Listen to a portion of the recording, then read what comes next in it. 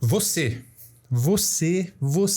que gosta de negar a crise climática porque sentiu um friozinho numa manhã de verão. Esse episódio aqui é para você. E é claro, para quem quiser saber um pouco a respeito de crise climática. Meu nome é César Lenzi, sou professor lá no ITA e, como sempre, muito bem acompanhado de minha amiga, professora, pesquisadora Cláudia Medeiros. Cláudia Medeiros, controladora de satélite, doutora em geofísica espacial e também host desse podcast maravilhoso, que hoje está acontecendo num lugar bem diferente, que é o Estúdio Manza, que nos recebeu aqui hoje, vai dar esse suporte para a nossa gravação. E além disso, César, estamos muito bem vestidos hoje com a nossa camiseta escolhida, nós nos mimamos com a astromimese. Perfeito, muito bom, muito bonito. Isso. Aqui, adoro, inclusive, a série Cosmo. E principalmente quando como é que é? Ministrada por Carl Sagan. Muito bom, muito bom. Olha aqui, que bonito.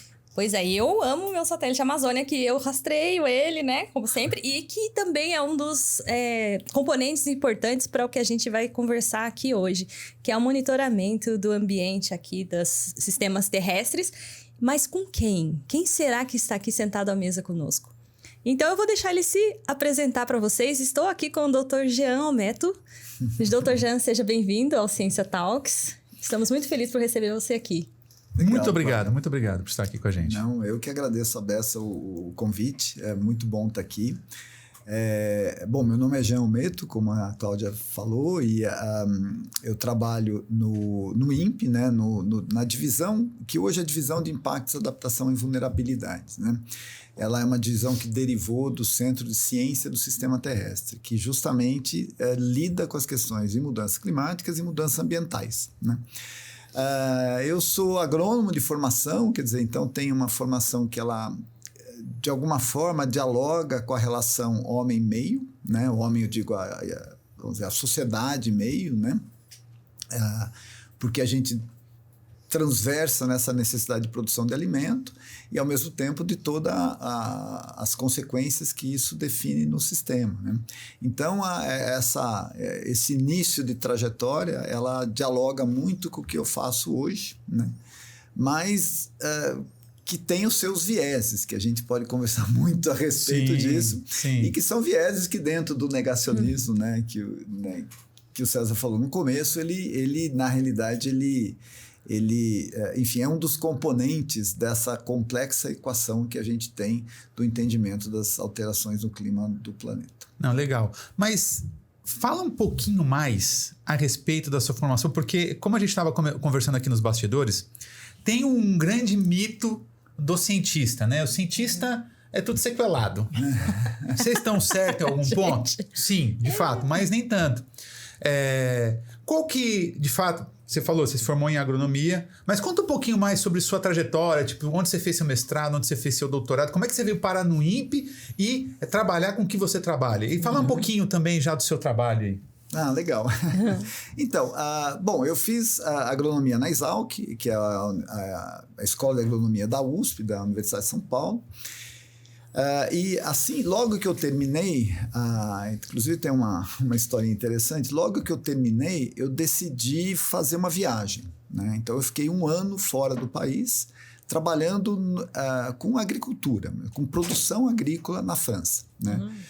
Desde produção agrícola no sentido de peão mesmo, desde colher maçã, colher uva, cuidar de vaca, enfim, é uma experiência muito imersiva na produção agrícola de um outro país, né? E num país que tem particularidades muito interessantes na produção, especialmente por conta do tamanho das propriedades, da relação vamos dizer, da produção familiar, tem uma série de elementos interessantes. E parte disso foi trabalhando com plantas aromáticas e medicinais, né? Em institutos, que eram institutos de desenvolvimento de produtos a partir de plantas aromáticas e medicinais, mas também de cooperativas que produziam óleo essencial, né? Aí isso foi uma experiência muito legal, eu fiquei 1 ano lá, eu voltei e resolvi produzir óleo essencial. Eu trabalhei um tempo produzindo óleo essencial, né? E nesse período eu comecei a fazer mestrado em agroclimatologia, né? que a minha, sei lá, a ideia naquele momento da trajetória era que eu queria entender mais a relação, né, entre a atmosfera e o meio, assim, né? Como é que essas coisas acontecem, o que acontece na realidade. A gente sabe que você tem fluxo de gases, você sabe que tem, sei lá, a gente vai falar mais sobre isso, mas... Então, assim, é um pezinho muito, muito suave na meteorologia, mas muito no que se chama agrometeorologia, que é uma meteorologia voltada à produção agrícola. Interessante, né, Cláudia? Eu nunca tinha ouvido falar. Onde você fez esse mestrado? E na Exalc mesmo. Na Exalc mesmo? Eu acho, assim, olha, eu já fiquei aqui, já comecei a colocar aqui uma lista de perguntinhas que eu tenho para ele, porque é muito interessante. Então, você trabalhou fazendo óleos essenciais? Isso, e aí você aprendeu depois que óleos essenciais... Então, pois é, aí eu tive essa trajetória nos óleos essenciais e aroma, quer dizer, teve esse mundo. Em paralelo, eu fazia o mestrado, inclusive meu mestrado foi um pouco mais longo por conta disso, né, que eu trabalhava. E depois eu fiquei ainda um tempo trabalhando nesse universo, né, vamos dizer, do universo dos óleos essenciais. Né? E por uma série de razões, né, inclusive razões que passaram por uma configuração do país, né, quando o Collor entrou, por exemplo, muito das pequenas iniciativas foram, de certa forma, ceifadas pelas decisões que foram tomadas naquele momento. E aí, devagarzinho, a minha trajetória foi para fazer um doutorado, né? E eu sempre me interessei para essa relação entre os sistemas, assim, né? Então, o meu doutorado foi com ecologia de rio. Olha. E a relação do sistema aquático, né, com o ambiente no entorno. Então, o rio é uma tradução do que acontece na bacia de drenagem.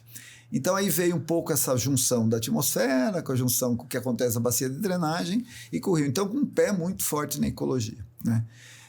Então, esse foi meu doutorado, né? E, assim, por uma circunstância, durante o meu doutorado, um projeto muito importante que estava começando na Amazônia, né? Já tinha algum tempo, mas que chamou LBA, que inclusive foi conduzido aqui no INPE por um tempo.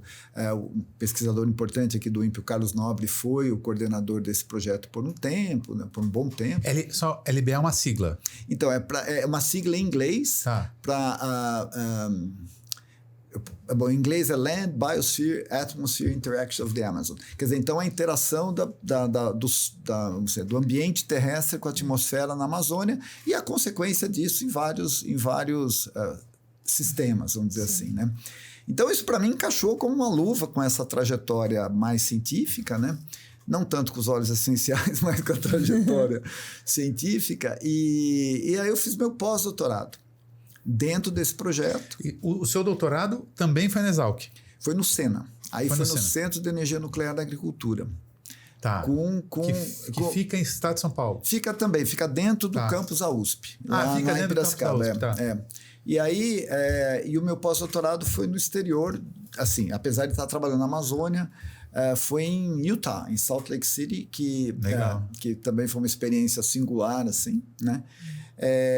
E que, de alguma forma, ele trazia muito dessas interações.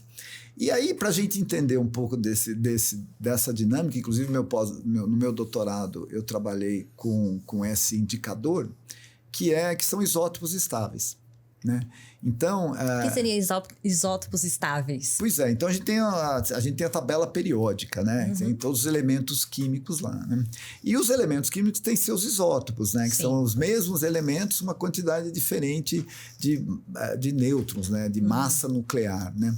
E tem alguns que são radioativos, que eles perdem esses elementos, né? Então, o César, que é físico, vai poder falar muito melhor sobre isso que eu. E tem alguns que não. Então, como o carbono. Então, tem o carbono 13, né? Tem o oxigênio 18, né? Tem o hidrogênio 2, né? Que é o deutério. Esses isótopos são estáveis. E se a gente pensar no nome desses elementos, são elementos profundamente ligados à vida. Então, carbono, oxigênio e hidrogênio fazem parte do nosso corpo, da nossa dinâmica, de tudo, né? E como enfim, dos sistemas ecológicos, de florestas e tudo mais. Então, nesse estudo de interação biosfera-atmosfera, esses elementos são indicadores de processos. Então, eles surgem naturalmente na natureza? Surgem naturalmente na natureza. E quando você diz que eles são indicadores de processos, se eles aparecerem é porque está acontecendo alguma coisa. Alguma coisa está acontecendo. Então, um elemento, um processo que é absolutamente central para a existência na vida no planeta se chama fotossíntese. Sim. Né? Então, a fotossíntese é a entrada, é o início da cadeia energética da vida no planeta. E a fotossíntese é CO2 entrando, juntando com água e formando um carboidrato. Essa entrada do CO2 dentro da estrutura celular da folha, ele tem uma série de elementos, é um processo físico, né, de fusão ali, né? E essa entrada, ela muda a relação dos isótopos estáveis. Inclusive, quando a gente vai falar de mudança climática, vai ter um gancho para isso aí, né? Porque ele muda essa relação, porque você tem a fotossíntese acontece a partir vamos dizer, da troca gasosa numa estrutura foliar que chama estômato. E o estômato é como se fosse uma abertura, né? E quanto mais fechadinha, né, você tem um determinado fluxo de gás. Quanto mais aberta, você tem outro fluxo de gás. Isso, o que se define nessa metodologia científica é um fracionamento dos isótopos. Então, você tem um isótopo estável do carbono, que é o 12, que é super abundante, e o isótopo 13, que ele é menos abundante. Mas a variação desse funcionamento estomático, ele define uma variação nessa relação. E aí você pode ter uma ideia da eficiência do processo, por exemplo. Né? Esses isótopos, se eu estiver enganada, você me corrija, mas tem a ver com quando a gente precisa fazer, por exemplo, datação, ou quando a gente precisa fazer aquela análise onde a gente recolhe, por exemplo, água numa profundidade e aí a gente faz essa análise. Tem a ver, tem vários elementos. Quando a gente faz datação com carbono, normalmente é o carbono 14, que aí ele é radioativo, ele vai perdendo. Vai perdendo com o tempo e aí você consegue contabilizar os anos, né? Ele tem uma vida média lá na quantidade. Então aí você contabiliza o tempo. Então, quando pega alguma matéria orgânica que pode estar em fundo de lago, pode estar onde for, né? Múmia, sei lá. Pode ser qualquer coisa que você pega, você data com carbono 14. O que o pessoal faz em gelo, né, que é uma referência de um processo histórico de variação de clima no planeta, ele tem a ver com o isótopo do oxigênio e do hidrogênio, da água, essencialmente, né, por conta dos processos de evaporação e de chuva. Né? Por falar nisso, você tem... a água é uma das coisas mais importantes no planeta e às vezes a gente está o tempo inteiro falando sobre o ar, mas a água é quase que o essencial mesmo para todo esse ciclo de vida, de sustentabilidade do planeta. Estou certo? Estou errada? Não, sem dúvida nenhuma, né? Então, assim, tanto que quando você quer preservar alguma coisa, você tira a água. Né? Porque a água é um processo essencial à vida, né? E não só essencial à vida, como a dinâmica climática também, né? Então, aquele dia mais frio de manhã que você falou no começo, pode ter sido uma noite sem nuvens com uma nuvem logo de manhã. Então, pode ter sido uma geladeira aberta, esquecida aberta eventualmente, né? Por que não? Isso pode acontecer também. Ou então você tem que fazer um exame de tireoide, pode estar com a tireoide atrapalhada, enfim, que você começa a sentir mais frio. São várias coisas. Não nega a crise climática por conta disso. Mas mas a gente pode deixar isso um pouquinho mais para frente. Eu vou querer entender um pouquinho melhor dessa relação de indicadores de isótopos, por exemplo, o carbono 13, com relação à crise climática. Só que eu vou voltar um pouquinho atrás. Posso, Cláudia? Pode. Porque, de fato, as pessoas de um modo geral, assim, elas não entendem muito bem o que é essa tal crise climática e o que vem gerando essa crise climática. Você podia dar um panorama para a gente entender, para as pessoas de um modo geral entenderem por que isso está acontecendo, como é que é esse processo todo? Não, o que é um aspecto central no que você falou é crise, né? Então, se a gente define alguma coisa em um espaço de crise, é porque isso aí está você está alterando alguma coisa. Está desbalanceado. Está desbalanceado. Pode ser uma crise num jogo de futebol, sei lá, você vai ter briga. O time entra em crise, né? O time entra em crise. Não vou nem falar nisso. Não vamos. Corintiano? Não. Você é palmeirense? São Paulino. Então estamos juntos, eu sou corintiano. Ser corintiano tem a ver com São Paulino? Não, mas até porque tá todo mundo que embaixo. tá tudo faz anos, né? Então a gente está num processo de alteração que vem sendo intensa, né, da dinâmica climática. Então, o que é isso, na realidade? O clima a gente estava falando da relação da superfície com a atmosfera, né, que pode ser em várias escalas, inclusive na escala planetária. E, então, essa interação é absolutamente importante para o que acontece em termos de clima no planeta. Então, a atmosfera é uma camada muito fininha, né? Então, a gente tem, se você pegar um ponto na superfície da Terra e for até o centro da Terra, tem 6.000 quilômetros, né? Então, até o outro lado tem 12.000 quilômetros, né? Você vai na atmosfera, tem 10 quilômetros de atmosfera efetiva, e a Cláudia, obviamente, pode falar muito melhor sobre isso. E aí, essa camadinha é que define o clima no planeta. Essencialmente. Essa camadinha que isso olha que sensacional, eu já não sabia disso. Claro. É assim, a partir das interações que tem com o oceano, que tem com os ambientes terrestres, tudo isso. Então, e com, obviamente, o Sol. Então, a fonte primária de energia é o Sol, né? E que traz energia para o planeta, e essa camadinha que modula o balanço energético no planeta. Tanto que se você tiver um planeta sem essa atmosfera, você não consegue ter vida, ou se você tiver essa atmosfera desbalanceada, como é em Vênus, você tem ali um ambiente hostil para sobrevivência. Exato, então a gente está no equilíbrio, num ponto de equilíbrio, por enquanto. Nós estamos a gente está num lugar privilegiado aqui do cosmos.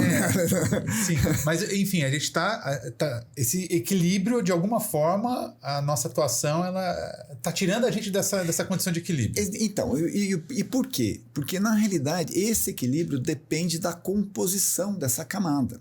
Né? Então, assim, o Sol continua mandando energia e vai continuar por mais uns 4 bilhões de anos mandando energia para a gente, né? E varia muito pouco ao longo do ano. E hoje a gente tem uma ideia muito boa de como é que é a flutuação do funcionamento do Sol, né? Em termos de energia que chega aqui. Então, essa energia que chega, ela é relativamente constante. Tem até um número importante na física, que é a constante atmosférica, né? Então, essa energia que chega, ela chega num determinado comprimento de onda e ela aquece o planeta. A manutenção da temperatura ótima que a gente tem aqui, que é em torno de... Agora está um pouquinho mais, né?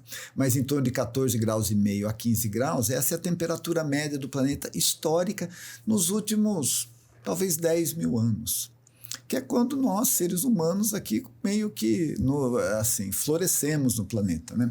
Então, assim, a crise climática, voltando para o teu ponto, a crise climática, ela deriva de uma alteração da composição da atmosfera.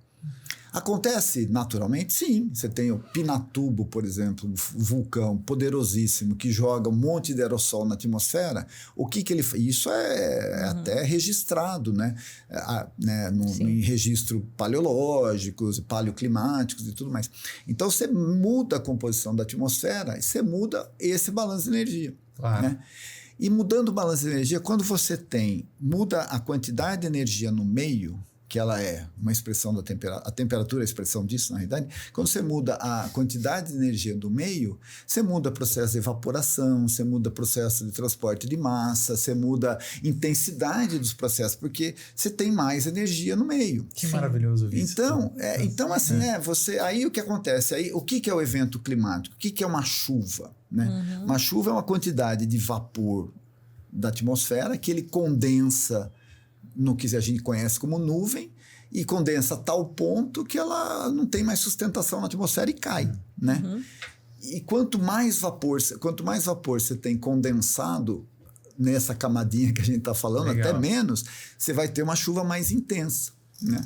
Então, aí a crise climática deriva disso. Entendi. E só ver se eu não estou enganado. Então, basicamente, como você falou, então, o Sol traz luz num determinado comprimento de onda, vem num comprimento de onda relativamente pequeno, consegue ultrapassar a atmosfera e chega na superfície. A Terra, por sua vez, como como todo corpo que tem alguma temperatura, também libera alguma radiação. Só que, obviamente, num comprimento de onda um pouco maior, porque ela vai estar numa temperatura um pouco mais baixa, colocando um pouco de física aí, né? E o que acontece? Existiria algum ponto, um equilíbrio energético entre entrada de energia e saída de energia, que é equilibrado pela composição da atmosfera. Exato. A questão é que a gente vai lançando um montão de dióxido de carbono e outros gases de estufa que seguram mais seguram mais esse comprimento de onda e aquecendo. Aí já vinculando aí a coisa para aquecimento global. É isso? Seria isso. Seria o efeito estufa, né? Que a gente fala que se você quer também. Se você construir uma estufa na sua casa, quer manter calor, você vai fazer um efeito. Você vai criar uma atmosfera artificial, fechar aquilo ali, e o calor ali dentro vai ser retido com mais facilidade, que é o que acontece aqui na Terra. A atmosfera faz isso. Só que esses processos hoje que a gente vive, eles têm um nível de balanço acontecendo, mas quando a gente muda essas propriedades, inclusive, por exemplo, se a gente tem mais nuvens, a gente também vai ter um albedo planetário diferenciado. Se a gente tiver um vulcão, vai mudar também a refletividade dessa luz né, que vem do Sol. Sem dúvida. E aí a gente começa a fazer uma alteração nesse sistema, e nesse momento tem uma pessoa responsável, ou tem um grupo de pessoas responsáveis por piorar um pouquinho esse ambiente. Seria isso? Não, tem um grupo responsável, porque tem, vamos dizer, tem um universo de pessoas que atribuem essa mudança na composição da atmosfera. Ou nem isso, a mudança nem é na composição da atmosfera que é a atribuição, é na mudança dos eventos climáticos. Né? Então, que é um grupo que eu acho que a gente pode carimbar como negacionista climático. Mas, assim, normalmente o que se nega é a relação de um evento extremo com a mudança do clima. Porque qual que é o argumento? Isso já aconteceu. Sim. No Rio Grande do Sul foi assim, né? Aconteceu essa tragédia ano passado, aí aparecia fotinho lá do pessoal andando de barco na década de 40 no meio de Porto Alegre. Então, essa relação que alimenta o negacionismo climático. E aí dizendo que o que provoca esses eventos extremos são processos naturais. Isso e não essa mais alteração. É o que mais a gente escuta. Eu acho que você pegou num ponto nefrálgico, assim, muito importante, porque é o que a gente vê. As pessoas negando a questão da crise climática e aquecimento global, que são duas coisas que a gente pode dizer que estão relacionadas, total, aquecimento global e crise climática, por conta dessas questões, desses eventos drásticos. E isso é muito ruim. Por outro lado, o pessoal que está do nosso lado, que não é negacionista climático, que eu vejo até mesmo vários especialistas, quando eles vêm falar sobre crise climática, eles pegam, justamente, sempre falam, na verdade, sobre esses eventos extremos. E eu acho que é uma coisa que você já trouxe aqui, explicando e esclarecendo essa questão da composição atmosférica. Falta explicar isso para o pessoal. Porque eu acho que não basta você chegar e só falar da catástrofe, dos resultados. Não, vamos fazer o pessoal entender. Porque é difícil realmente a gente correlacionar, porque é um sistema muito complexo, né? Então, como que... E aí eu lanço a pergunta, né? Como é que a gente pode, por exemplo, então, correlacionar aquecimento global a eventos extremos como que aconteceu no Rio Grande do Sul e em outros lugares? Assim, eu acho que tem uma correlação direta, que é o fato de você ter mais energia no meio. Então, o aquecimento, na realidade, a temperatura, ela é uma expressão da energia do meio, né? Ela é expressa num termômetro ali que a gente vê, essa coisa toda. E essa relação, hoje a gente está dizendo que está 1,5 grau acima do pré-industrial, que é relativamente recente, são 200 anos, né? Mas essa relação entre eventos extremos e temperatura é por conta disso. É que você tem mais energia no meio e os eventos são intensificados. Agora, o que não quer dizer que o evento nunca aconteceu.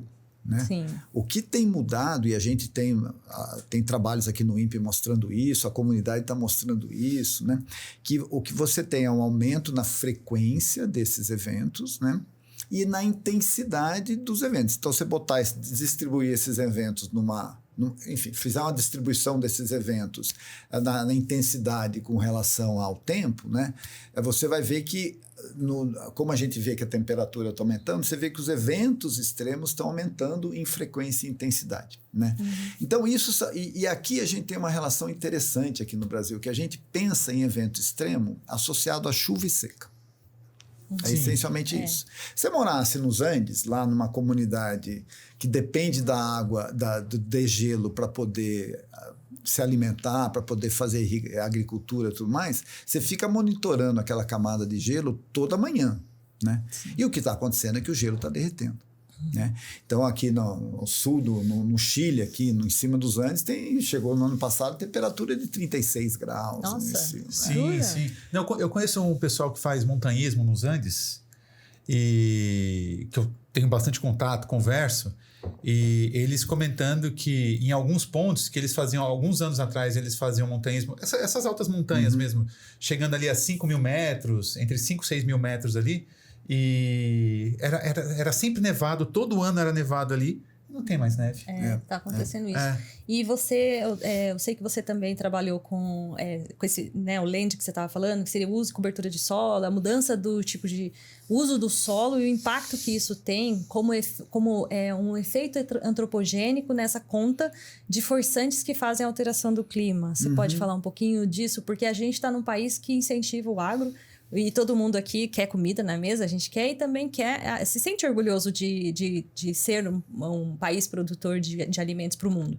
Mas o uso da terra também é um ponto crítico, a forma como esse uso da terra é feito. Você podia falar um pouquinho sobre isso? Explica para o pessoal o que é antropogênico. Eu vou deixar ele explicar por que eu vou gastar minha energia. A pessoa é mais esperta e inteligente aqui que fala das forçantes climáticas. Vai contar aqui pra gente agora, porque se vocês não acreditaram na minha palavra quando eu falei no último podcast, efeitos antropogênicos, esse cara assim, que é isso, né? Geologia, né? Você explicar, não, no último episódio. Eu pedi pra você explicar o que falei. Ela falou. E aí vocês ficaram xingando a gente no vídeo. Então agora eu vou deixar falou de coisa mestre falando. Mestre não, o doutor. Xinga. O doutor, olha, ele tem tanto... O currículo dele é tão maravilhoso, ele tá sendo, assim, bem humilde, tá? Mas a gente vai avançar. Falar um pouco mais seu currículo. Sim, porque ele se formou como engenheiro agrônomo, mas depois disso, ele foi agregando conhecimento e foi conseguindo usar, inclusive, esse conhecimento para tudo isso. E uma das coisas é isso. E aí, o uso do solo e a cobertura do solo e os efeitos antropogênicos. Quando você chegou lá, você... agricultor que foi plantar lá na França, fazendo óleos essenciais, volta aqui e descobre. E aí, agricultura? Então, isso vai um pouco daquela história da relação da superfície do planeta com a atmosfera, né? Então, como é que a gente está mudando a composição da atmosfera, né? E essa coisa do antropogênico, né, é que tem uma gênese no antros, né? que é da humanidade, né? Então, a gênese daquele processo, né? Seja, sei lá, essa é um plantio, esse é um processo antropogênico, que tem uma origem na sociedade, vamos dizer, na espécie humana, né? E antrópico é aquele processo já do outro lado, né? Que já é o processo, enfim, já é o fato em si. Então, aquele carbono que está na atmosfera, ele é antrópico porque ele tem uma origem num processo, vamos dizer, provocado, estabelecido, determinado pela sociedade. Então, esse que é o lance. E aí, então, assim, como é que você muda a composição da atmosfera? A gente estava falando de carbono, de metano, de gases de efeito estufa, né? Então, esses gases de efeito estufa, eles têm uma origem, e a gente estava falando de carbono, hidrogênio, eles têm uma origem vamos dizer, na matéria orgânica. Seja a matéria orgânica recente, uma floresta, ou seja uma matéria orgânica que originou petróleo. Tem até um debate se o petróleo é mineral. Existe até carvão mineral, né? Mas, assim, e ele tem uma origem de uma matéria orgânica do passado, né? De milhões de anos, tal, enfim, tem um processo de formação do petróleo. E que tem muito carbono. Então, quando você queima petróleo, né? Quando você queima gasolina, né? Quando você queima derivado de petróleo, você está jogando carbono na atmosfera na forma de CO2, né? Que é um gás de efeito estufa. Quando você, vamos dizer, substitui ou quando você desmata, né? Quando a gente desmata, substitui aquela floresta por qualquer outra coisa, pode ser por um estacionamento ou pode ser por uma plantação. Você tem um estoque de carbono naquela floresta, né, que está em forma de lignina, de, sei lá, celulose, de folhinha, de tronco, de raiz, né? Quando a gente desmata isso tudo, quando a gente desmata e queima, esse negócio vai para a atmosfera. Então, essa mudança do uso do solo antropogênica define um carbono antrópico para a atmosfera, né? E aí, mudando a composição da atmosfera. Então, a mudança de uso do solo contribui, e aí o Brasil vamos dizer, tem um papel super relevante nesse contexto, contribui à alteração da composição da atmosfera por gás de efeito estufa. E nesse caso, em particular, o CO2, quando põe fogo, tem muito metano, aí a agricultura produz muito metano, e aí e vai. Então, esses processos na superfície terrestre, né, definem esse fluxo para a atmosfera que altera a atmosfera. E outra, você falou de água no começo, outro aspecto importante é que você muda a dinâmica hidrológica daquele espaço, né? Então, sei lá, onde você tem mais pastagem e menos floresta, você tem uma dinâmica hidrológica diferente, né? A chuva infiltra menos, tem uma série de coisas que a gente pode conversar a respeito. É muito complexo, é muito complexo o negócio. Então, é uma complexidade toda. Então, então, você muda a composição da atmosfera, você muda o ciclo hidrológico, isso sem falar de biodiversidade, essa coisa toda. E tem outro elemento que é importante, é que você muda, você até falou de albedo, lá de nuvem e tal, você muda a reflectância reflectância mesmo. Da superfície, né? Então, o quanto de albedo tem é diferente. Você tem uma floresta densa, não sei o quê. Tanto que a gente vai embaixo da floresta, fica fresquinho lá, né? Não é... É abafado só pela umidade, mas não por calor direto, que nem é quando você está no deserto. Quando né? você está num deserto, ou quando você está no pasto, que está ali do lado, Aqui né? mesmo. Entendeu? Esse então, é o efeito que as pessoas sentem na cidade, né? Quando tem árvore, você já fica mais confortável. Não, Se aqui é assim, né? Com certeza. Ilha de calor é isso total. Em cidade, isso é claro. Tem em São Paulo mesmo, você tem regiões da cidade que elas são até 7 graus mais quentes que outras, assim, por conta das ilhas de calor. Você sabe que aqui em São José eu andava de moto, né, até um tempo atrás, e de moto dá para você perceber muito claramente essas mudanças climáticas, porque você sente na pele. Então, você tá passando por um lugar, você sente um bafo quente. Geralmente perto da Dutra é muito ruim, né? E aí, quando você vai passando perto de lugares onde você tem algum tipo de córrego, aí já cai bastante a temperatura. Você sente rapidamente, essa mudança de temperatura, mesmo aqui. Então, Por conta da existência de mais vegetação ou não, né? Mas você fez inventário de carbono, não fez? Fiz, inclusive do INPE. Que legal! O que é inventário de carbono? Então, o inventário de carbono é você contabilizar, né, o quanto de emissões e absorção e remoções o que você está avaliando tem, né? Então, a gente faz para o Brasil. Essa era uma das minhas perguntas. Eu estudei um pouquinho, porque a gente está produzindo um vídeo aí sobre esse tema, só que eu não consegui entender duas coisas. Primeiro, a gente fala em aumento de temperatura média global. Como que é feita uma medida dessa? Segundo, e acho que o principal aqui, que eu vi alguns gráficos que deixam claro o aumento da concentração de dióxido de carbono na atmosfera, mostrando até alguns ciclos que ocorrem à medida que estão crescendo, que são questões sazonais e tal, verão e inverno lá no hemisfério norte. Eu vi lá no site do NOAA, isso, eu achei bem legal. Só que eu não consegui entender como que é feita essa medida de concentração de carbono na atmosfera. Você é a pessoa para responder. Mais ou menos. Não, assim, essa medida, inclusive essa curva de aumento de concentração de CO2 na atmosfera, que é uma curva emblemática dentro da ciência das mudanças climáticas, né? Não a ciência do clima em cima das mudanças climáticas, porque ela reflete exatamente o que você falou, inverno, verão no hemisfério norte, porque é onde você tem mais terra do que água, né? Assim, terra e oceano, né? E aí, quando você tem mais absorção de carbono, né? Você tem mais fotossíntese, então você tem o verão. Quando tem o inverno, você tem menos fotossíntese, as plantas tudo congelada, daí você tem então você tem esse ciclo, né? Então começou com medidas pontuais, né? Essa medida histórica e que é um elemento base nessa ciência de mudança do clima, começou no Havaí, numa ilha do Havaí. Então lá né, mal na lua, né? Então quer dizer, as pessoas na década de 50 vêm monitorando isso e falou, bom, alguma coisa está acontecendo que a concentração de CO2 está aumentando naquela região lá em cima do... Bom, a partir disso, né, e a partir da constatação de que alguma coisa estava acontecendo, a quantidade de estudos, né, e de coleta de ar. Então, você tem coleta na atmosfera em vários níveis, coleta em superfície. Então, no planeta você tem uma rede de coletas de gases na atmosfera, inclusive aqui no Brasil também, né? Muito, muito grande, né? E isso aí vai dando um histórico. Então, a partir do momento que você tem um histórico, né, você começa a ter uma ideia como é que é o comportamento dessa consciência. Então, são coletas, né? Então, são medidas feitas com... ainda com coleta de frascos, né? ou enfim, quando é em torre, com absorção, enfim, tem uma série de elementos aí, né? O que a gente está avançando muito, inclusive com sensores em satélite, né?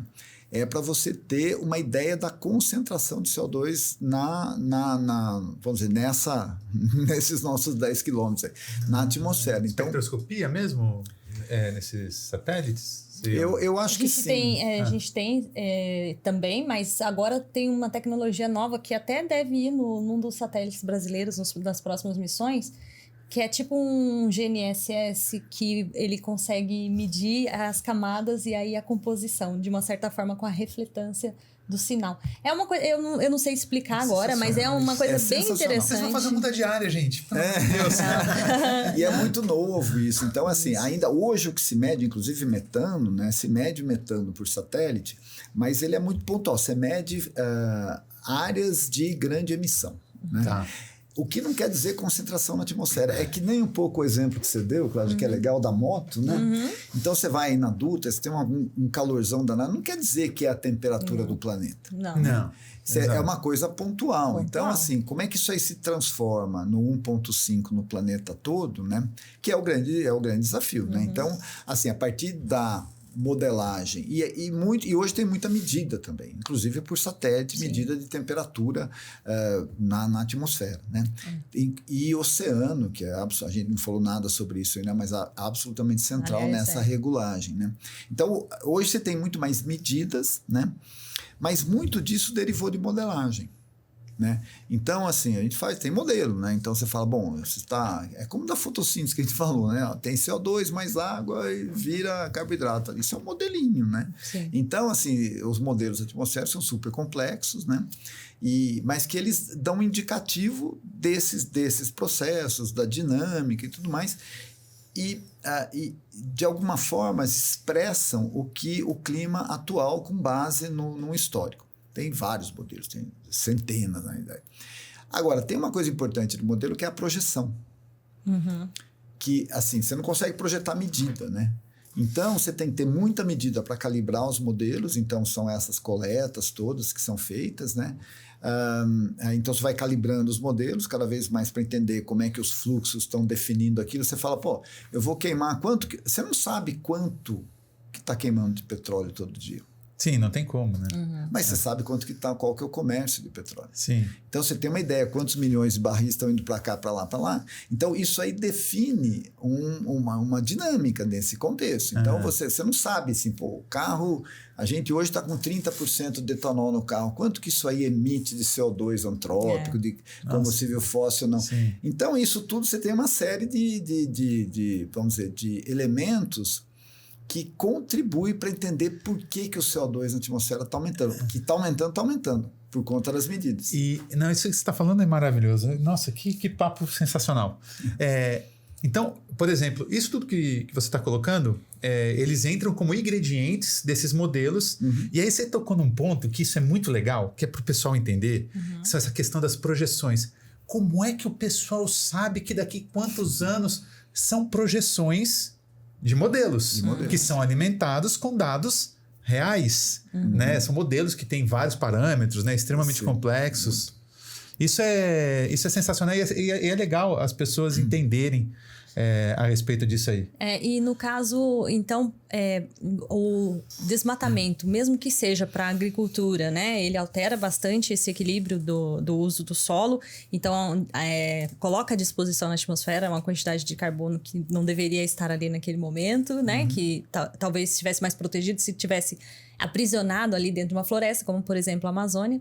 E a Amazônia é o nosso patrimônio, né? Vamos dizer assim, da nossa região aqui, que está em constante ameaça. E agora você deve ter escutado a notícia, né? Que foi liberado pelo IBAMA autorização para exploração de petróleo na bacia da Foz do Amazonas. Como uma pessoa que estuda isso, o que você diz? Porque eu acredito que deva ser um conflito, porque as pessoas pensam que quando a gente está estudando como pesquisador, que a gente olha lá e fala assim, não, eu não quero que o petróleo... A gente queria que ele não causasse nenhum problema. Não é contra. A gente não é contra o petróleo em si. A gente só não quer piorar a nossa vida por conta dele, entendeu? Então, não é que a gente odeia o petróleo. A gente não quer que a nossa vida seja destruída pela forma como a gente, muitas vezes, acaba precisando usar certos tipos de combustíveis. Mas eu vou parar de falar e vou deixar ele dar a opinião dele. Se ele não... se ele quiser. Vamos lá. Se ele quiser. Olha a bucha que ela te colocou agora. Qual que é a tua opinião? Se você não quiser dar a sua opinião, você não precisa, né? Mas total, assim, eu acho que, na realidade, a gente... é uma medida que ela vai contra, né? O que, vamos dizer, a ciência tem dito sobre a necessidade de redução de emissões de combustíveis fósseis. Sim. Total, né? Então, para mim, hoje, né, se os poços que hoje estão abertos no planeta, né, se a gente falar o seguinte, nós vamos explorar todos esses poços até a exaustão, né? Só os que já estão abertos, né? A gente estoura o que a gente chama de balanço de carbono para ficar no 1,5, assim, estoura em, sei lá, 2 vezes, mais ou menos. Né? Quer dizer, então a gente vai para uma temperatura muito mais alta, né? Então, assim, e que reflete numa temperatura maior. Isso sem abrir novos poços, só com os que a gente já tem. Quer dizer, então abrir novo poço, em termos climáticos, em termos de balanço de CO2 na atmosfera, é uma estupidez, né? Não tem, para mim, não tem outra. Adoro. Não tem outra coisa. Agora, o contexto é outro, né? Então, assim, a gente está onde está, não é só porque a gente quer andar de carro. Né? A gente está onde está porque as opções que a humanidade tomou ao longo dessa trajetória foram opções que demandaram mais energia, demandaram mais consumo, demandaram mais material, demandou isso tudo. Então, o que é assim, absolutamente central é a gente mudar a trajetória. Então, isso é absolutamente central. Como é que a gente muda essa trajetória, né? Como é que a gente faz? O petróleo, ele pode ter um uso muito mais nobre do que queimar? Pode, a gente tá cheio de petróleo aqui, né? Sim. Ele pode ter um uso mais nobre? Pode, né? Só que não precisa de tudo isso que está queimando. Se queima porque é barato. É barato, é uma energia, é uma fonte única de energia com um valor relativamente baixo. Agora, é interessante, a gente até publicou aí recentemente, é interessante a curva de aumento em energia renovável. É incrível, a curva de aumento é muito, assim, a gente está com 30% da energia elétrica global já sendo produzida em termos renováveis. 30% já? 30%. Bastante. Então, é uma quantidade grande. Agora, veja bem, então o problema é que a transição está lenta, mas tem uma transição acontecendo. Então, se no meio dessa transição você tem esses, vamos dizer, movimentos que fazem reverter, né? que retroagem, essa transição é ruim. Né? Agora, o Brasil tem uma característica importante, que é a sua matriz é essencialmente renovável. Então, o que o Brasil vai fazer com esse petróleo? Vai exportar, né? Essencialmente. Né? E para virar um exportador, que entra recurso para fechar a conta de demanda social ou de demanda econômica. Então, exato. assim, entra na equação, entra esse outro elemento. Agora, quando você exporta, alguém vai queimar.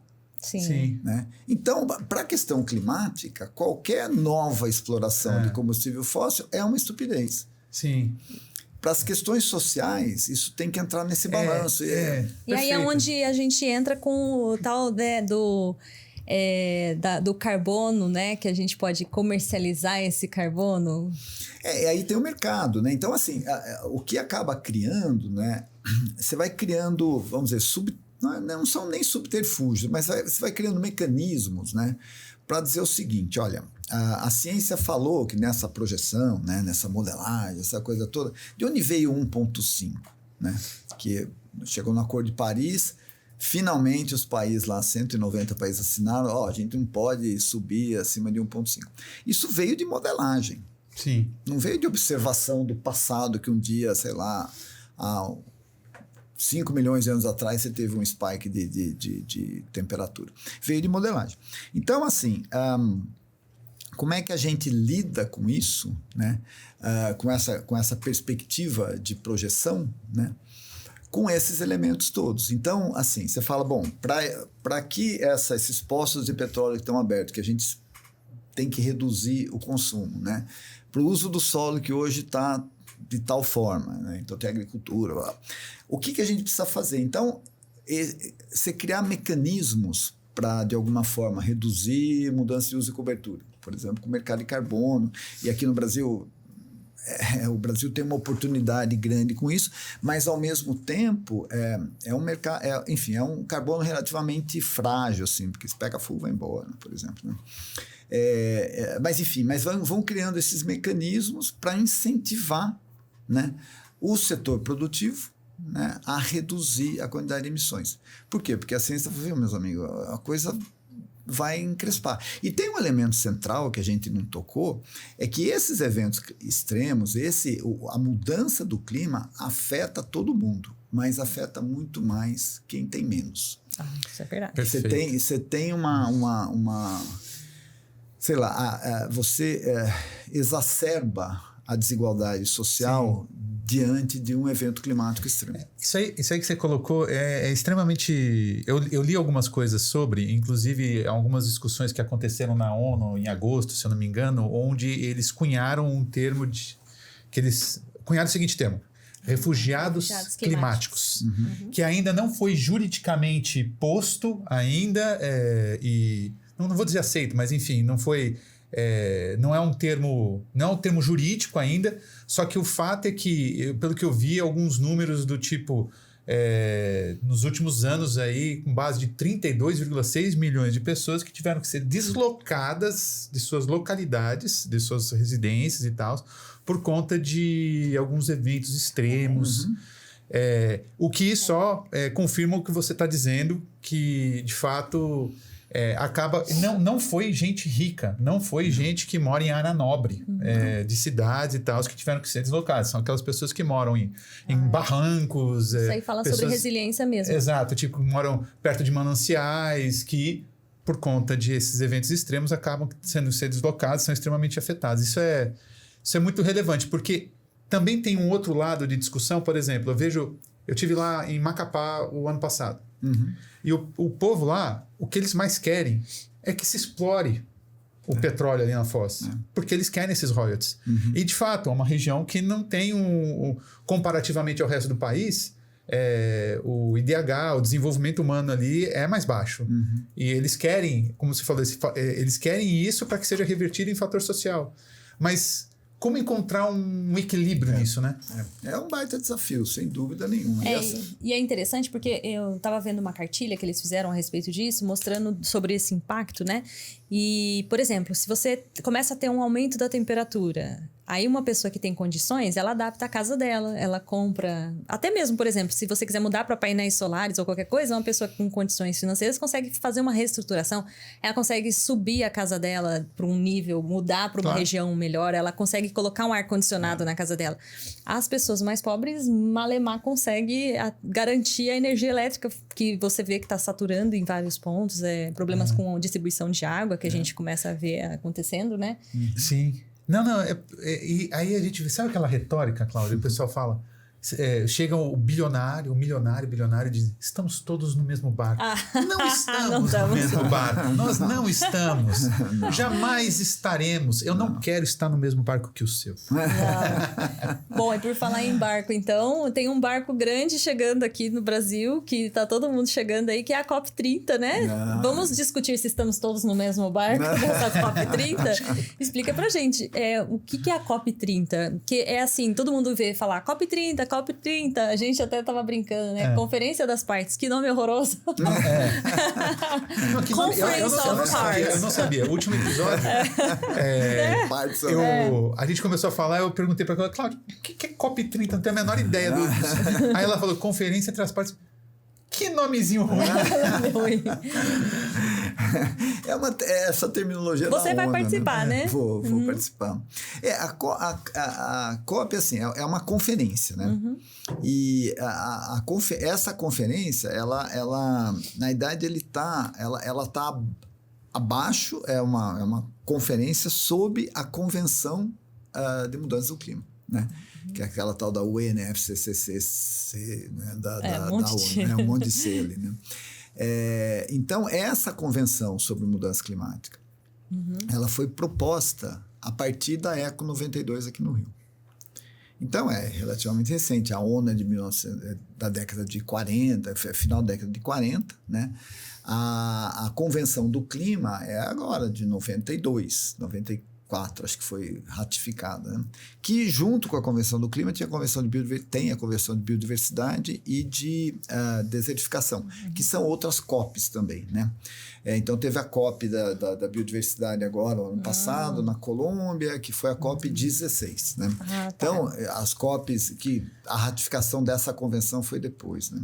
Da convenção. Mas então, todas essas são numeradas, vamos dizer assim, essa COP que ela está mais relacionada à questão da biodiversidade, também o nome dela é COP.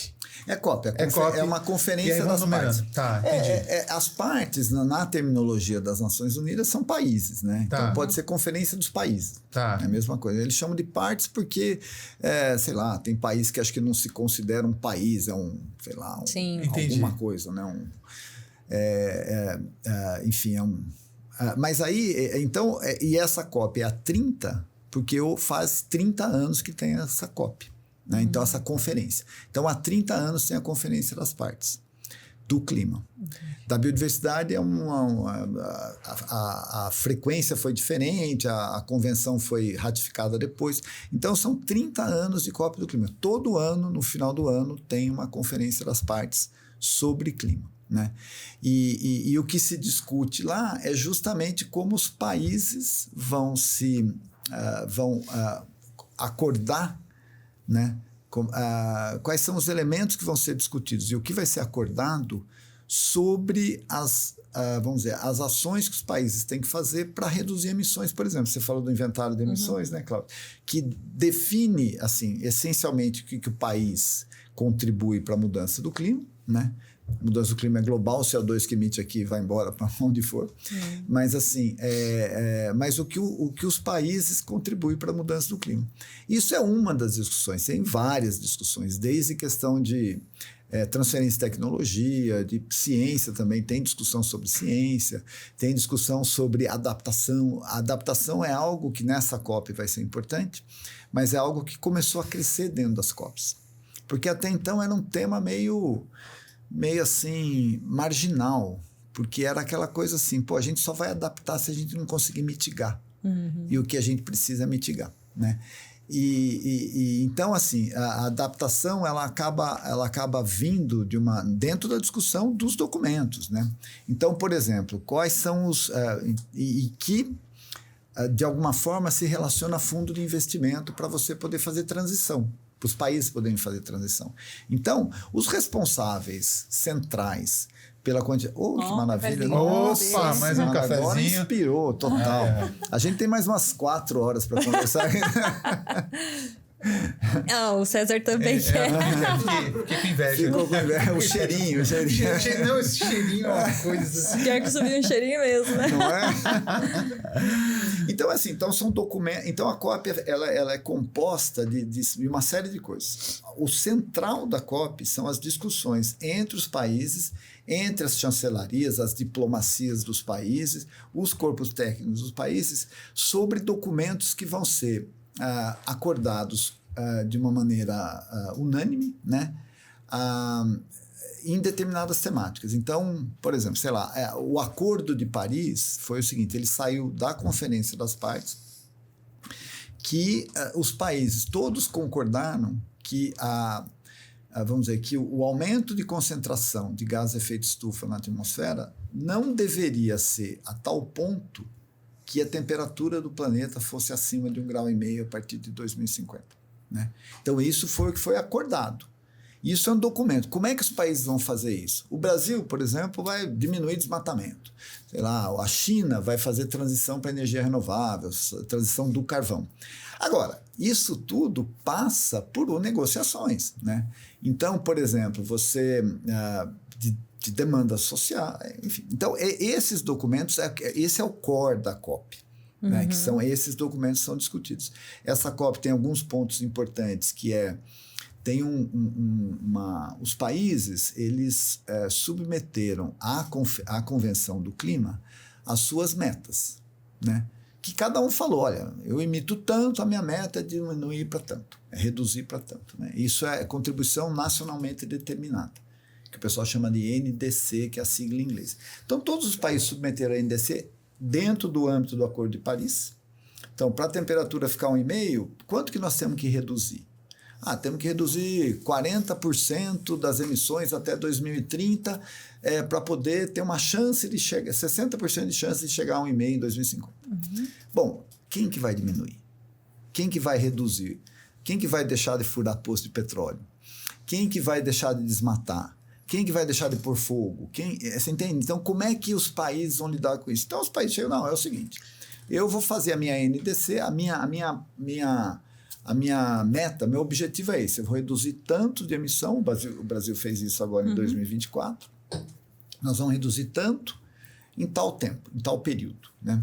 Como o país vai reduzir, é o país que tem que dizer como é que faz. Mas isso é um compromisso que ele assume perante os outros países. E isso é dentro da COP. Esse é um exemplo de discussão, por exemplo, que se tem. Né? E como que o Brasil está indo nesse jogo todo aí?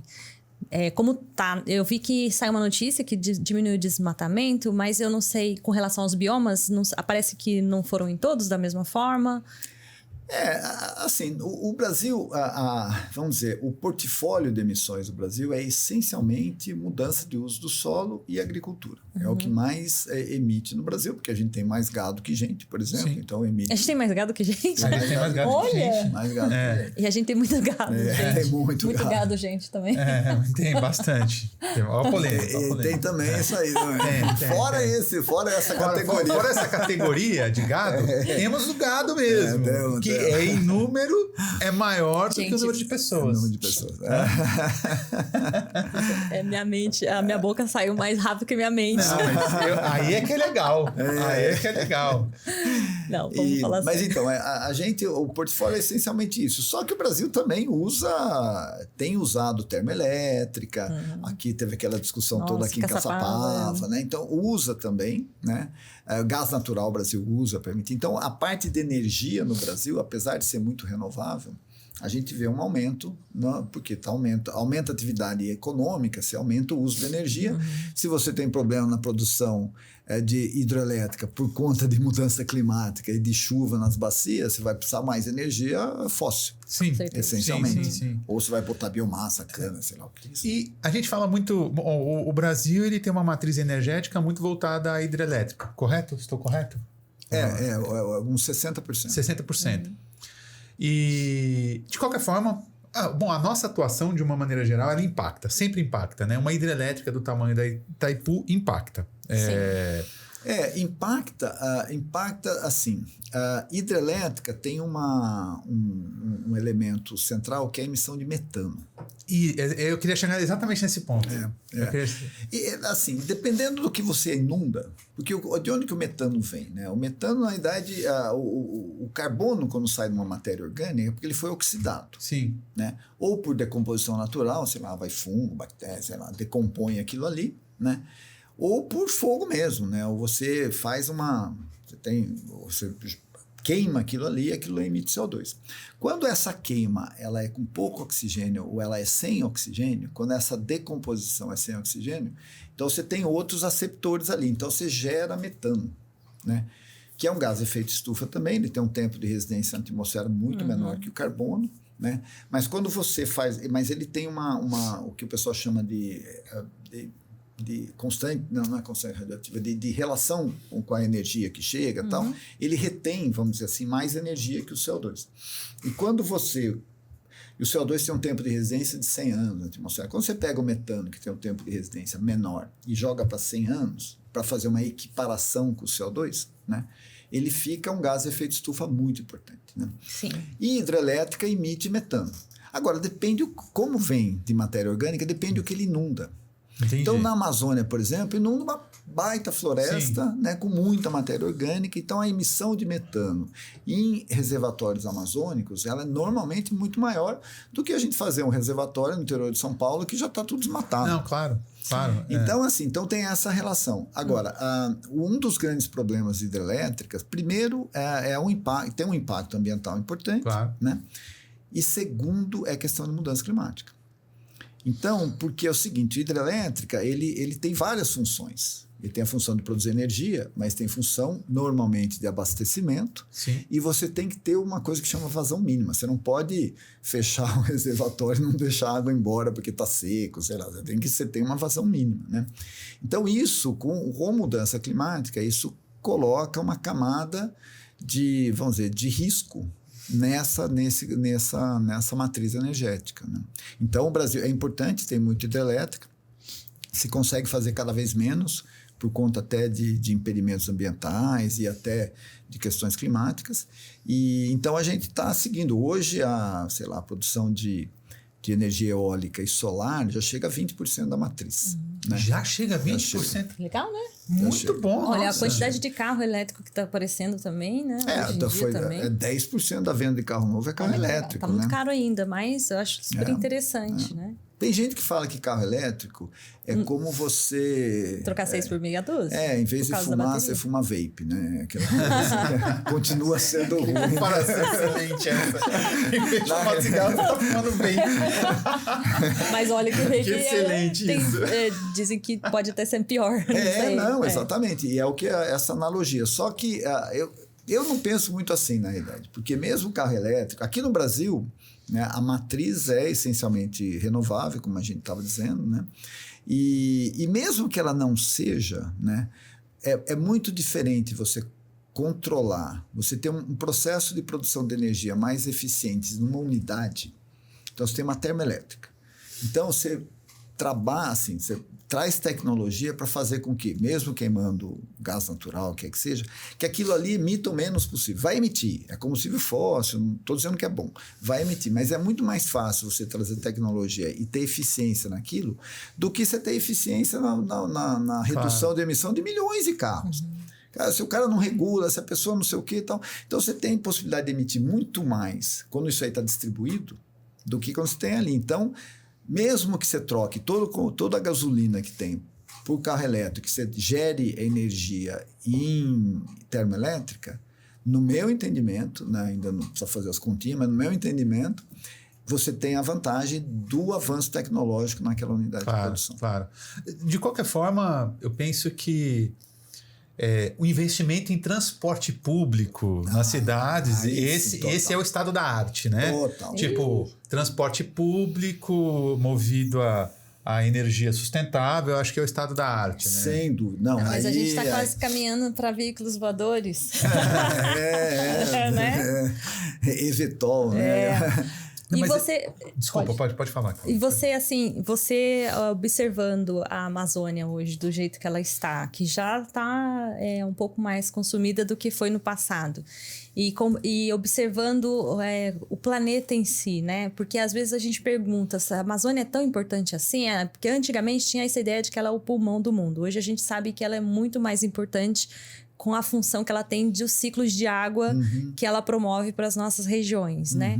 Então, o impacto da destruição na Amazônia, para a gente aqui do Brasil, porque para o mundo também é um impacto, aí às vezes a gente se pergunta por que tem tantos países preocupados com a Amazônia, surge aquela ideia de, eles querem explorar os minérios, as coisas que tem na Amazônia, e por isso que eles querem tomar a Amazônia. Mas assim, como população brasileira, seria muito importante que nós conservássemos a Amazônia para a nossa própria sobrevivência aqui como seres humanos, né? A Amazônia, Cláudia, é um grande regulador climático, sem dúvida nenhuma. Então, nós estamos falando originalmente, a Amazônia tem 5 milhões de quilômetros quadrados, né? Assim, incluindo a parte andina, acho que chega a 6 milhões de quilômetros quadrados, né? Então é uma área substancial. Todo o norte da América do Sul é a Amazônia, né? Norte mesmo, né? O que acontece, então ela é um baita regulador climático. Faz fotossíntese de uma maneira absurdamente fantástica, sim, né? Mas ela tem essa questão do ciclo hidrológico e assim, quando você evapora, né, você usa energia para evaporar, né? Então, essa transferência de energia que também está associada ao ciclo hidrológico é muito importante. Então, a Amazônia é um baita regulador climático. Hoje, no Brasil, a gente tem cerca de 20% da Amazônia que já foi, 19%. Ela já chegou naquele... E assim, a Amazônia ainda é muito grande, a Amazônia é 40% do Brasil, né? Então... 40%? Não, acho que é mais. Peraí, acho que é 60% do Brasil. Porque a Amazônia no Brasil tem 5 milhões de quilômetros quadrados, o Brasil tem 8 milhões de quilômetros quadrados. É mais. É isso aí, em torno de, né? Então, essa transição... Você está dizendo que pega um pouco também alguns outros países da América do Sul. Isso. Só o Brasil é em torno de 60%. Olha isso. É muita coisa. Eu falei 40%, mas é 60%. Sim. Né? Então, assim, realmente ela é vamos dizer, um patrimônio, né, absurdamente espetacular. Por várias razões. Pela questão da regulagem climática, pela questão da biodiversidade. Então, tem assim, se a gente for pensar em bioeconomia, que seja, se a gente for pensar em produtos que podem ser úteis para a sociedade, enfim, é espetacular. A Amazônia, a gente tem até um projeto super legal com um colega da USP que chama Eduardo Neves, que é uma pessoa espetacular, que ele é um arqueólogo e a gente tem usado a tecnologia de LiDAR, né, com mapeamento. Isso, para fazer para fazer mapeamento de manifestações arqueológicas de povos que viveram na Amazônia por muito tempo. E esse pessoal viveu na Amazônia por 10 mil, sei lá, 10, eu estou exagerando, mas talvez que a gente consegue mapear 5 mil anos, assim, né? E a floresta continua lá, né? E a gente vem com um processo, a sociedade moderna, né, vem com um processo de transformação muito intenso, né? Então, esses 20% de alteração no espaço florestal e 20% de 5 milhões é bastante, né? Essa transformação é muito rápida.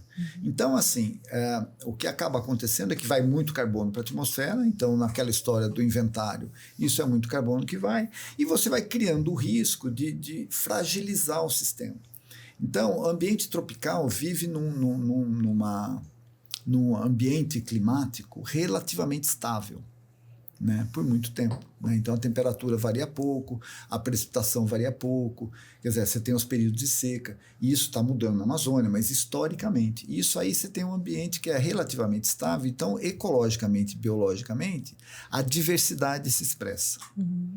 né? Muito. Então, é um ambiente de vida absolutamente diverso. A gente desmatando do jeito que está perdendo espécie que a gente nem sabe que existe. Olha, né? isso é. É uma loucura. E né? você, o Carlos Nobre, ele tinha proposto em um momento aí sobre você transformar a Amazônia, dele ter uma espécie de ITA da Amazônia, né? Onde a gente pudesse fazer o uso sustentável ou desenvolver tecnologias de uso da Amazônia, ou investigação de como transformar produtos, mas de uma forma mais sustentável, com mais respeito e também usando, inclusive, a população que tem bastante experiência com a vivência ali.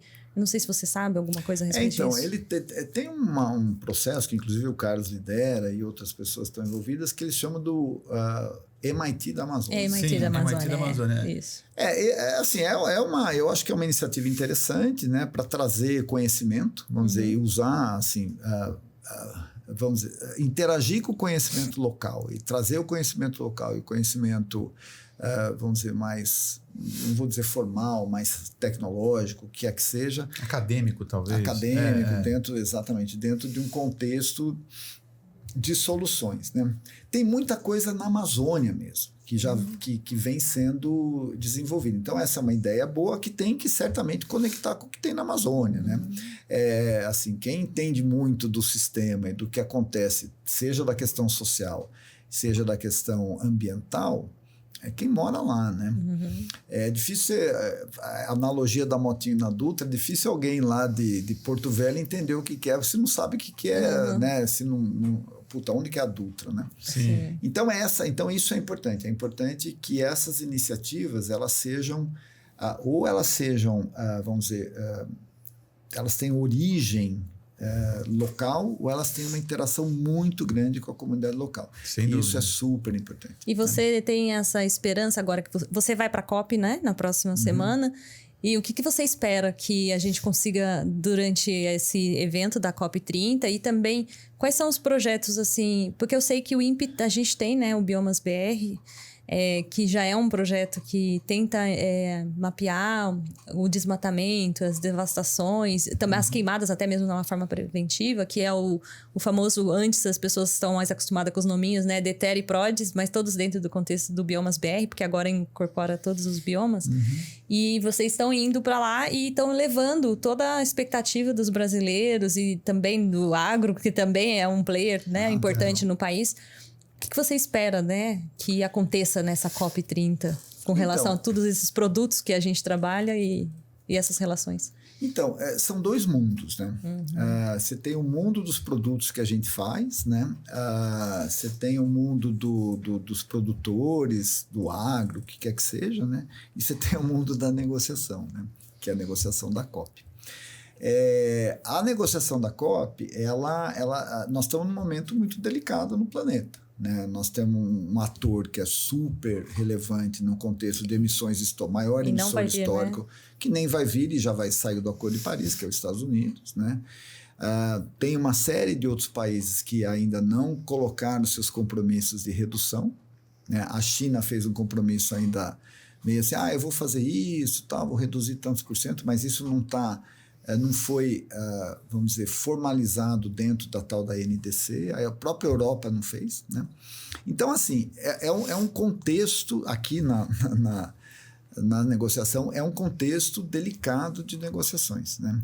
Então, o que o embaixador André Corrêa do Lago, que é o presidente da COP, está propondo, que seja uma COP de implementação, é que a gente pegue tudo que já foi negociado e efetivamente comece a implementar.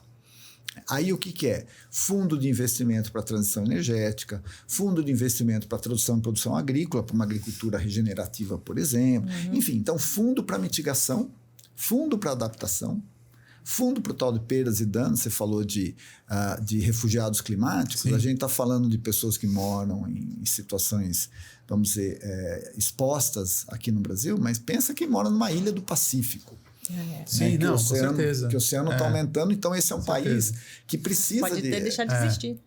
Então, assim, esse fundo de perdas e danos, ele está associado ao que a sociedade está sofrendo por mudança climática e que normalmente ela não teve culpa nenhuma daquilo ali. O que a Tuvalu teve culpa do CO2 na atmosfera? Não, pois é. E justamente, são esses países que mais sofrem, são os que menos emitem e o que tem menos culpa no cartório aí, diante de toda essa questão. E a gente tem que daqui a pouco começar a pensar em finalizar. Nossa, gente, acho que daria pra gente ficar aqui. Daria pra gente ficar mas olha, a gente horas. tem a gente pode manter ele aqui, ó. Você vai pra COP, você vai discutir, a gente vai deixar você respirar um pouquinho de toda essa energia da COP e depois você volta, né? Não, mas não vamos terminar ainda não. Eu quero fazer uma última pergunta antes. Depois eu também quero. Se ele vai fazer não, só pra... Enfim, eu queria saber o seguinte... De tudo que foi dito, eu acho que a mensagem já ficou um pouco mais clara, mas você tem esperança de fato de que dessa COP a gente vai sair com algum resultado realmente importante e que pode resultar em, como você disse, implementações e que traga algum nível de esperança. Pô, eu tenho a minha enteada aqui, que é minha filha. Eu penso no futuro dela. Você acha que a gente pode ter realmente esperança de que dessa COP vai sair coisas boas, assim? Eu acho que em alguns aspectos, sim, né? Mas essa questão de combustíveis fósseis, eu acho que ainda é muito delicado.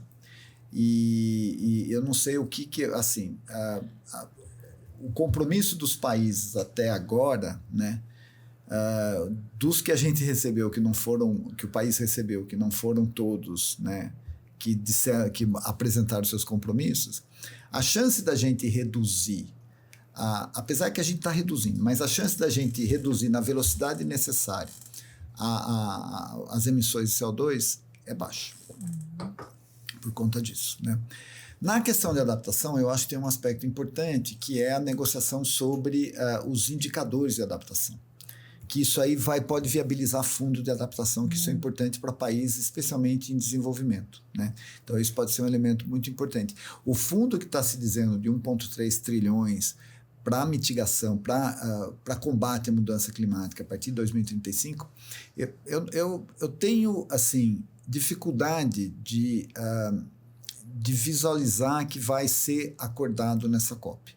Apesar que já foi proposto, mas assim, precisa bater precisa carimbar esse negócio, assinar, e isso aí ter uma estrutura que ele vai ser implementado.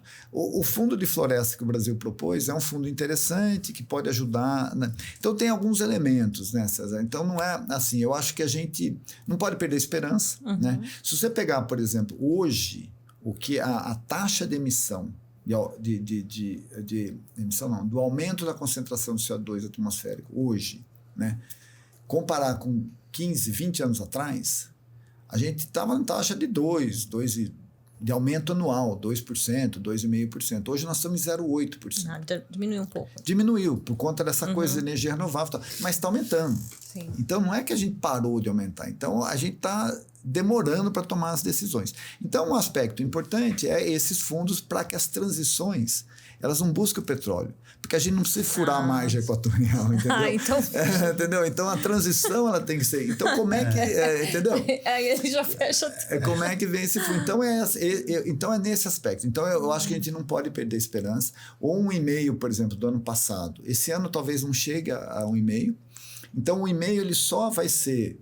Vamos dizer, já passou, já era, quando você tiver uma média de alguns anos acima de 1,5. Então, em tese, estão dizendo que isso aí vai ser em 2032. Tá?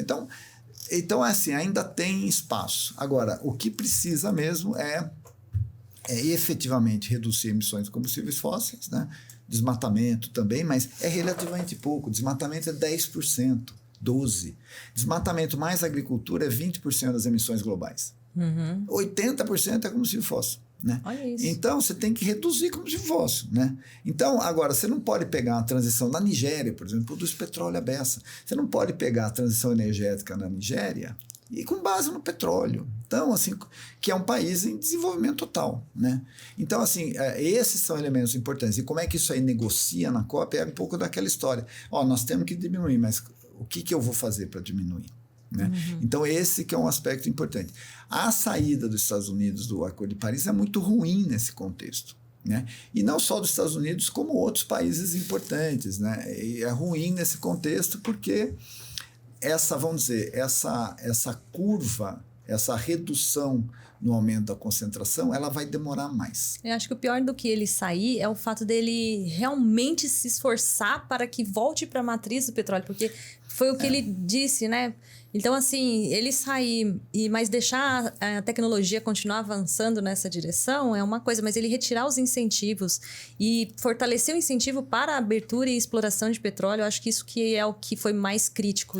Não, sem dúvida. Agora, mesmo nos Estados Unidos, a produção de energia renovável, ela ficou muito mais barata.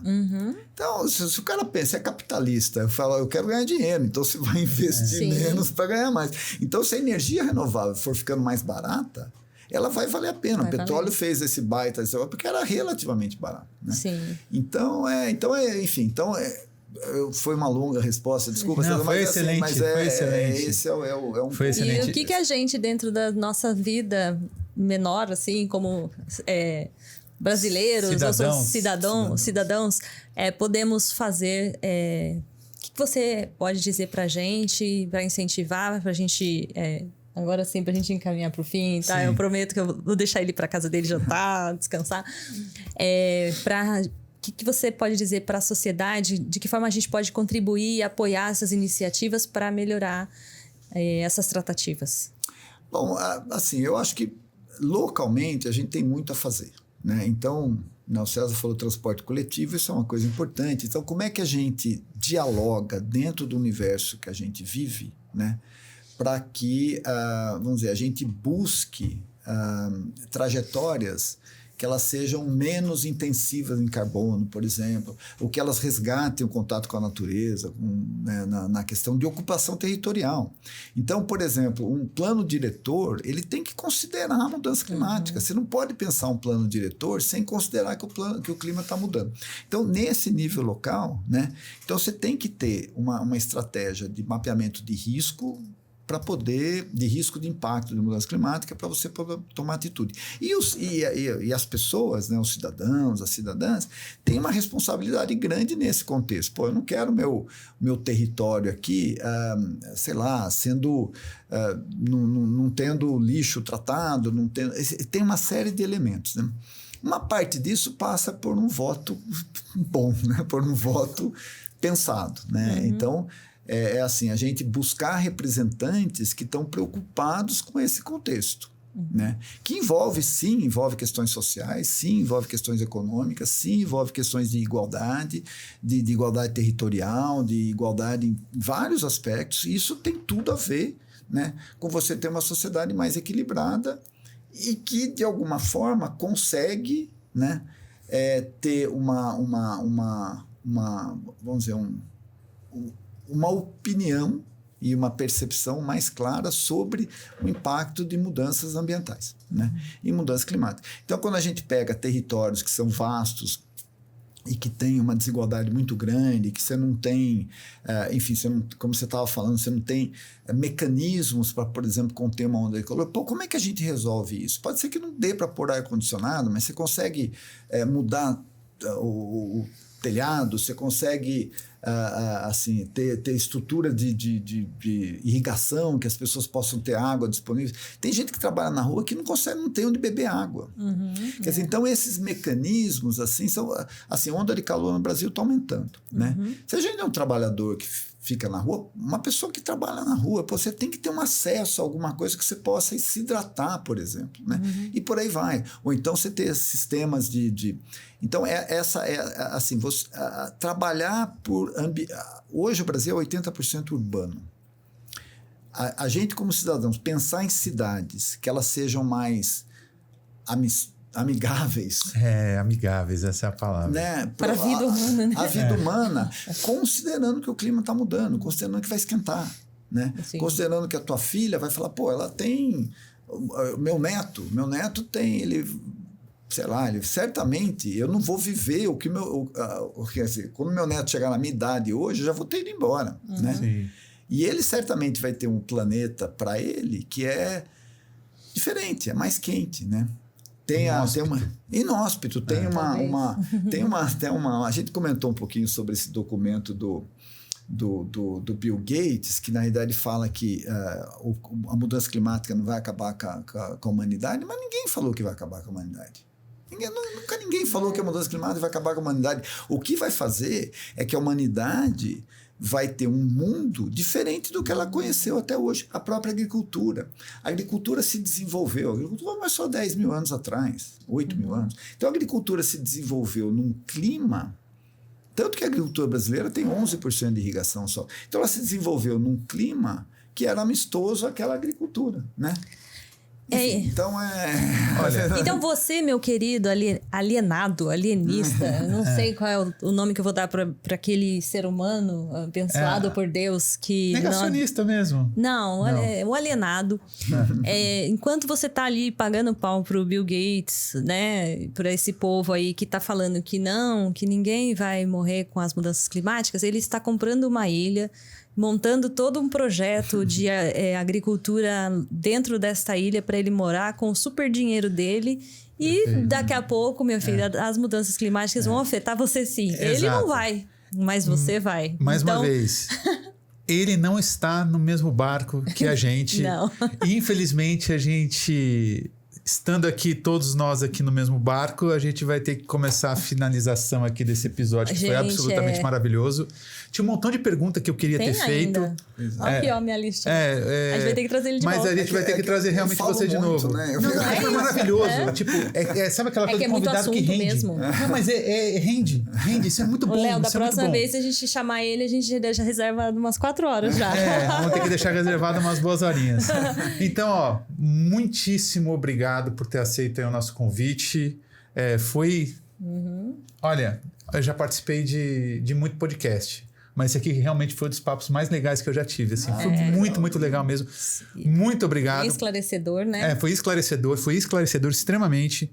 E eu não vou finalizar, eu vou deixar para Cláudia, porque eu sou péssimo nessas coisas de finalização. Então, Cláudia, a palavra é toda sua. Porque a gente ficou tão entretido com ele que a gente esqueceu de falar para você a regrinha mágica do YouTube. Isso, eu não sei dessas coisas. Não esqueça de deixar o seu like, compartilhar e, felizmente, assinar esse canal, porque vocês assistem, a gente tem lá mais de 2.000 visualizações e o pessoal não clica no seguir o canal. Então, não esquece de seguir o canal, compartilhar, mandar para os seus amigos aí, aquele negacionista de plantão, manda para ele. Manda pro negacionista para ele xingar nos comentários, porque engaja. Isso, aí ele vai ajudar a gente na distribuição. Exato, porque ele vai lá e responde. Eu respondo, se xingou, eu respondo. Isso. Eu xingo de volta. Isso, a gente vai lá, dar um coraçãozinho, conversar com você por lá. Então, deixa o seu like, segue o canal Ciência Talks aqui no Instagram. Também temos Spotify, então se você não gosta de ficar assistindo, quer escutar no carro, tem também esse conteúdo, vai estar no Spotify para você, tá? E também obrigado ao Astromimese e o Estúdio Manza aqui por nos receber nesse local. E se você... A gente vai deixar nas descrições algumas informações dessas que foram discutidas aqui, inclusive o caminho para você chegar no Jean, se você quiser, que vai ser o e-mail, tá, gente? Porque ele não tem redes sociais normais. Ele é um ser humano abençoado que tá lá, ó, trabalhando. E ele não tem essas redes sociais, mas que ele nos permitiu trazer esse conteúdo aqui hoje para estar compartilhando com você. Mas ele deixou um e-mail ali, se você quiser entrar em contato, tirar mais algumas dúvidas, pode mandar para você. Claro. Jean.ometo, jean.ometo@imp.br, mas vai estar aqui também nas descrições. Perfeito. E aí vocês podem falar. Jean, você quer dizer algumas últimas palavras? Não, eu queria agradecer a oportunidade, o espaço e o papo, que também acho que foi muito legal, e me colocar à disposição. Estamos aí para conversar. Não, com certeza a gente vai te convidar de novo. Ele vai na COP30, ele vai lá participar de todas essas conversas de rodadas aí. Depois ele vai trazer aqui pra gente poder contar para vocês o que saiu do papel, o que não saiu do papel, o que simplesmente se enrolou no papel. E aí a gente volta a falar mais sobre isso. E sigam Ciência Talks em todas as redes sociais, o maior podcast de hard science do Brasil. É isso, valeu, gente. Um grande abraço para vocês e tchau.